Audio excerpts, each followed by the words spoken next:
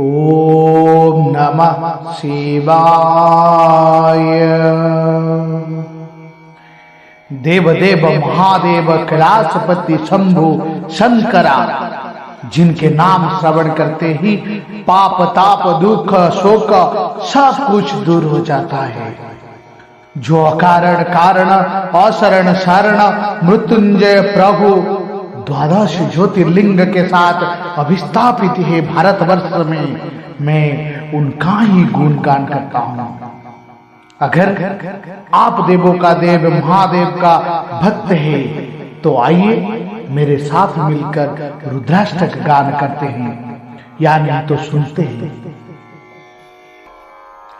नमामि समीशान निर्वाण रूपम विभुव्यापकं ब्रह्म वेद स्वरूपम निजं निर्गुणं निर्विकल्पं निरीहं चिदाकाशमाकाशवासं भजेहं निराकारमोङ्कार मूलं तुरीयं गिराज्ञानगोतीतमीशं गिरीशं करालं महाकाल कालं कृपालं गुणागार संसार पारं नतोऽहम् तुषारादृशङ्काश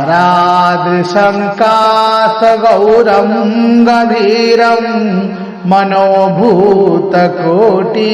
प्रभाश्री शरीरम् स्फुरन्मौलिकल्लोलिनी चारुगङ्गा लसभालबालेन्दु कण्ठे भुजङ्गा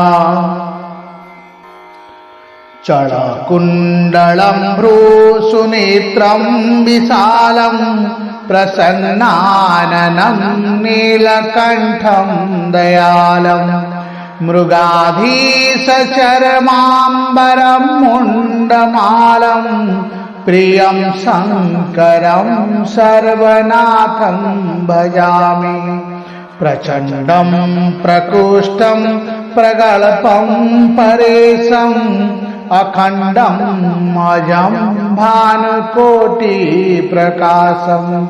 त्रयं शूलनिर्मूलनं शूलपाणि भजेऽहं भवानीपति भावगम्यम् कलातीत कल्याण कल्पान्तकारी सदा सज्जनानंद दाता पुरारी चिदानंद संदोह महोपकारी प्रसीद प्रसीद प्रभो मन्मथारी न यावत्तु मानाथ पदारविन्दं भजन्ति लोके परे वा नराणं न तावत् सुखं शान्ति संतापनाशं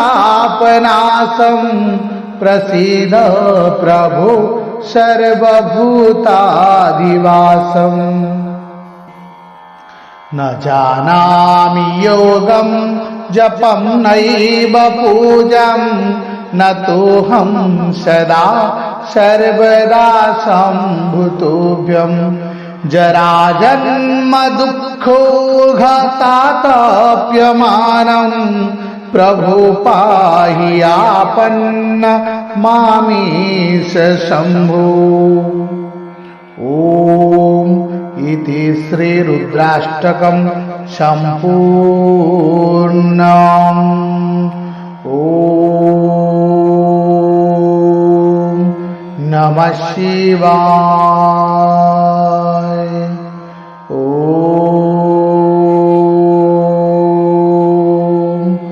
नमः शिवाय।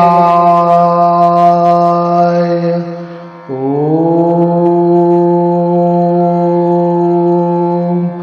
नमः शिवाय।